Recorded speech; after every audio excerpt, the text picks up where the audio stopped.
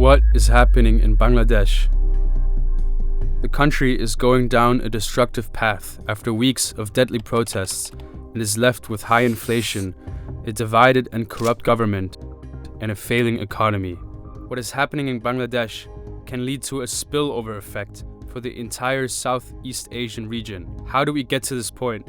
And where is the country headed? It's been a very dramatic day for Bangladesh, and that's putting it mildly. Their Prime Minister Sheikh Hasina has been ousted from power. The army has taken over the country. Sheikh Hasina, who is Bangladesh's longest-serving prime minister, is a resilient leader who survived multiple assassination attempts and rose to power after the tragic assassination of her family. Yet her legacy is now tainted by accusations of authoritarianism, corruption, and the use of kidnappings to weaken the opposition. When Sheikh Hasina first took over the country in 2009, the country experienced impressive growth, with GDP consistently rising and poverty levels decreasing. Her government invested heavily in infrastructure projects, such as the Patma Bridge, and she brought stability to the country, allowing the garment industry to flourish. Brands like H&M, Zara, and Primark rely on Bangladeshi garment factories to this day. But behind the country's successes was a dangerous development and a sense of growing unrest and fear. Hasina's power grew, yes, but her rule became less and less democratic over time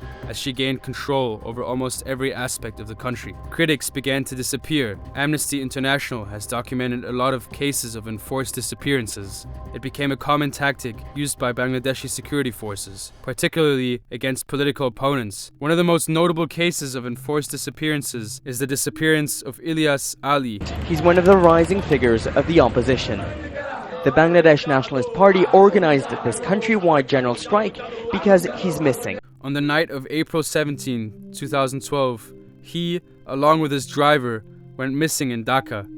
The car was found abandoned in a secluded area, but there was no trace of Ali or his driver. His disappearance sparked widespread protests and strikes across the country, with the BNP accusing the government of orchestrating the abduction.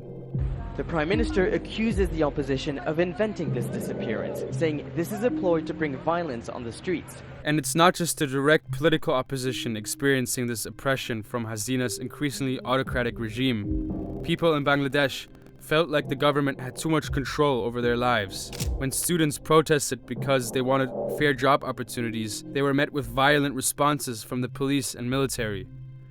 The government was full of corruption, with deals being made only for people who supported the Prime Minister, leaving many others feeling cheated and helpless. More anger and resentment towards Hasina's regime built up, and finally it all came to a boiling point in July 2024, and something unexpected happened to the country.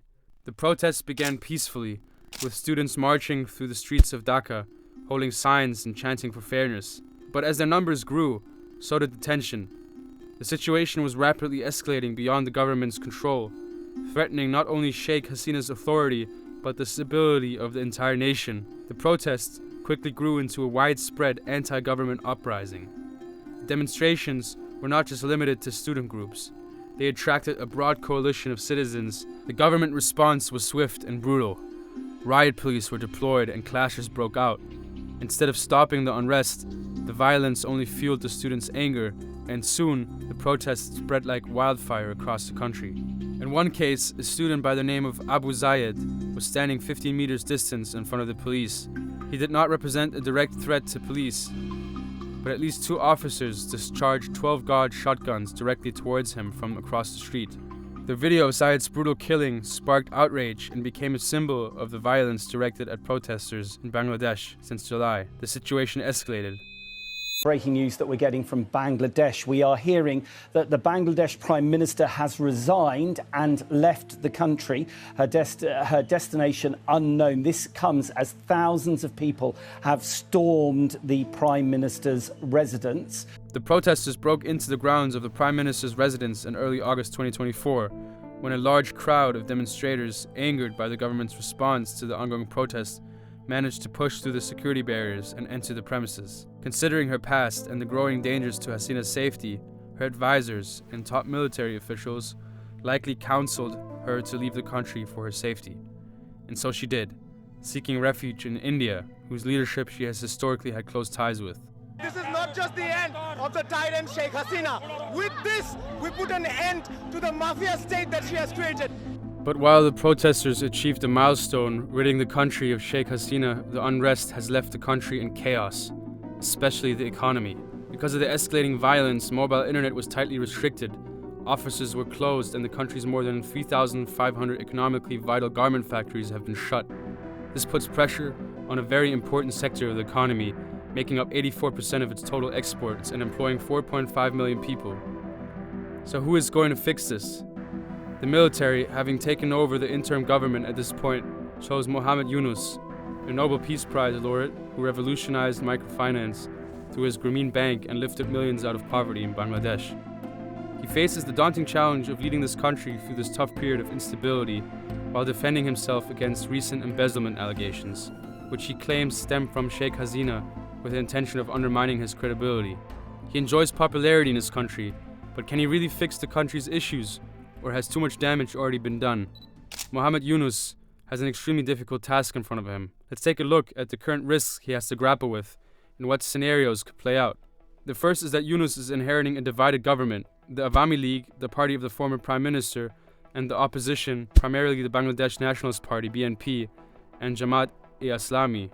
The Awami League is seen as pro-India and secular, while the opposition parties are more nationalist and have stronger ties to China and Pakistan.